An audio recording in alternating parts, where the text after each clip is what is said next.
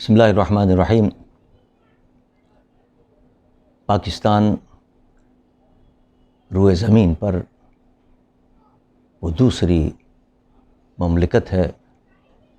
جو مدینہ منورہ کے بعد اسلام کے نام پر قائم ہوئی۔ یہی وجہ ہے کہ اس کے آغاز سے لے کر اس کے قیام سے لے کر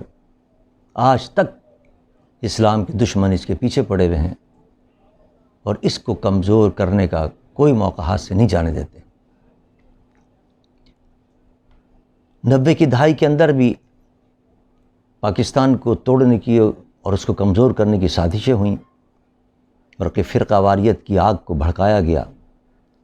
اور پاکستان کی گلیوں کوچوں کو مسلمانوں کے خون سے رنگین کر دیا گیا۔ اس زمانے کے اندر میرے قائد حضرت علامہ شاہ مدرانی رحمۃ اللہ تعالی علیہ نے دیگر مسالک کے قائدین کے ساتھ مل کر، جس میں قاضی حسین احمد صاحب بھی شامل تھے، مولانا فضل الرحمان صاحب بھی شامل تھے، ساجد نقوی صاحب بھی شامل تھے، ساجد میر صاحب بھی شامل تھے اور دیگر قائدین، تمام مسالک کے، ان کو جمع کر کے ملی یکجہتی کونسل کے نام سے ایک اتحاد بنایا اور اس کا ایک ضابط اخلاق طے کیا، اور اس ضابط اخلاق کا اعلان 23 اپریل سن 1995 کے ہوا، جس کی تیسری شق کے اندر یہ لکھا ہوا ہے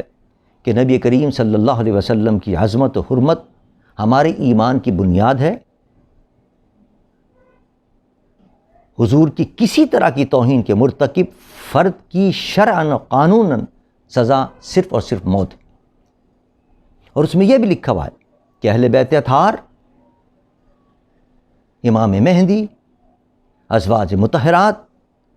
صحابہ کرام اور خلفائے راشدین کی عزت اور عظمت یہ ایمان کا جز ہے۔ ان کی تکفیر کرنے والا دار اسلام سے خارج ہے اور ان کی توہین اور تنقیص حرام ہے اور قابل مذمت اور قابل تعزیر جرم ہے، قابل تعزیر جرم ہے۔ یہ بھی لکھا اس کے اندر، اس کی 5ویں شق کے اندر، کہ ایسی تقریر اور ایسی تحریر سے اجتناب کیا جائے گا جو کسی بھی مکتب فکر کی دل آزاری اور اشتعال کا باعث بنے۔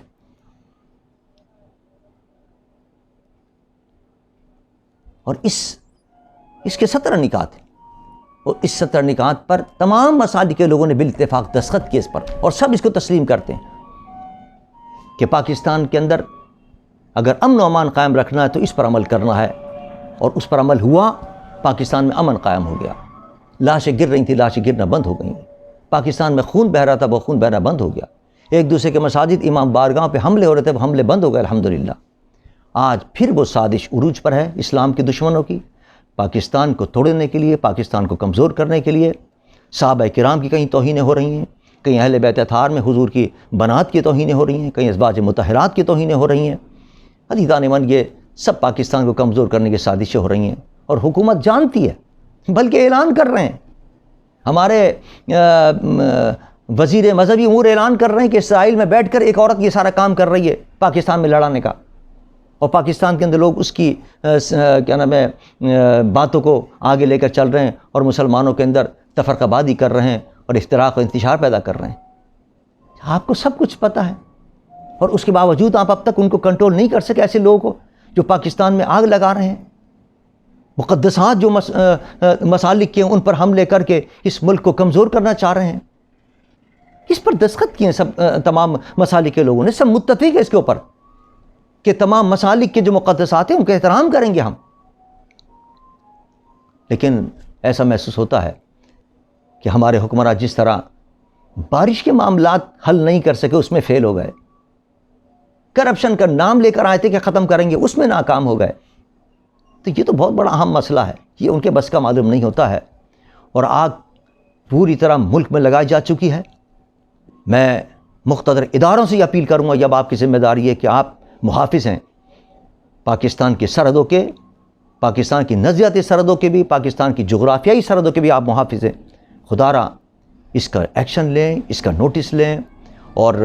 یہ تو بڑا کام کر کے دے دیا ہمارے اکابرین نے، اس پر صرف عمل کروا دیں آپ، اور جو لوگ پاکستان کو کمزور کرنے کے لیے اس قسم کی باتیں کر رہے ہیں اور انتشار اور افتراق پھیلا رہے ہیں، مسالک کے مقدس شخصیات پر حملے کر کے، ان کی گرفت کریں، ان کو قرار واقعی سزا دیں۔